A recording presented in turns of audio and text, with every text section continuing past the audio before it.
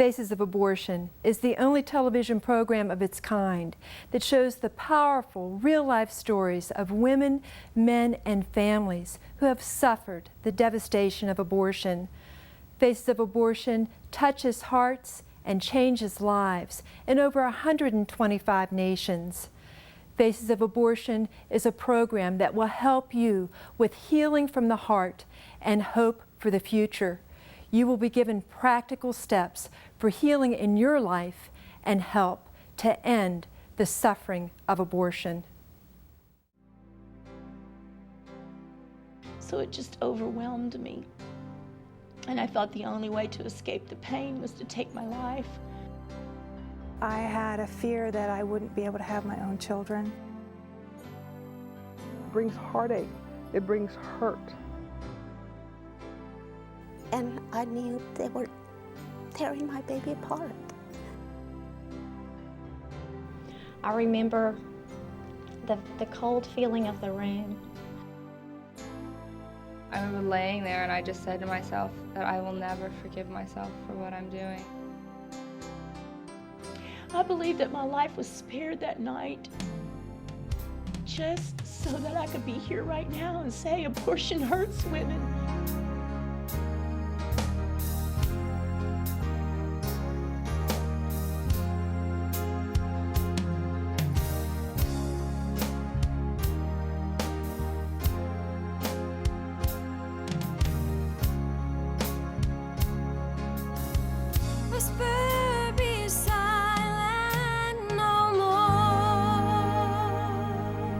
Welcome to Faces of Abortion.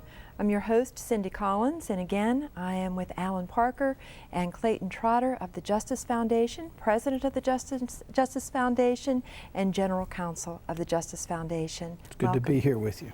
I'm excited about this week's program. We're going to be hearing from Ildiko, who's going to tell us about an abortion in her family and how it affected her. We're also going to hear from Mary Jill about her abortion and some of her very interesting experiences in the country of Hungary. Thank you, Alan. Abortion in siblings is not often something that we hear. So let's go hear Ildiko's story in her own words.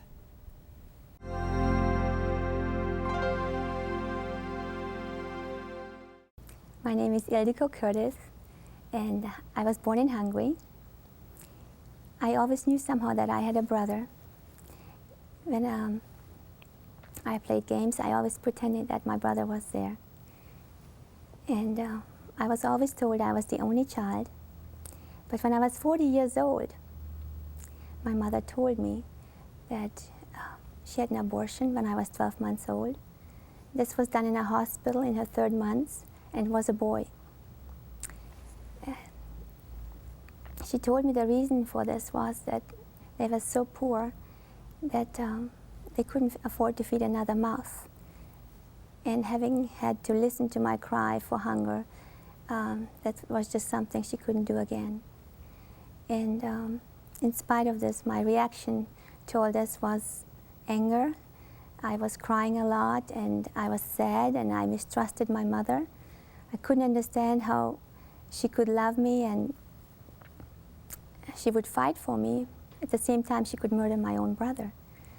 And so after that, I stopped calling her and making contacts with her. I really didn't want to see her or talk to her for years. Later in life, my mom was trying to get pregnant again when they had more money to afford a baby. And she could not conceive. And the doctors tested her and told her that it was due to her abortion. My father always wanted a boy. And so my father started to treat me like one. And he would tell me I should have been a boy. And pretty soon I agreed with that lie and believed it, that only boys were valuable. And this caused some confusion in my life. I tried to please my father, so I tried to dress and act like a boy. And I became suicidal. And next thing, my parents divorced. But then Jesus found me, and he healed me, and I was able to forgive my mom. And I'm working on rebuilding that relationship with her again. And having lived in Hungary, I have seen what legalized abortion does. It first starts out with just the babies, then the imperfect children, then the old people. And I believe that every human being is valuable and has a purpose, and that is very, very wrong. You've just heard Ildiko's story and how abortion has affected her as a sibling, someone who has lost a brother or sister to abortion.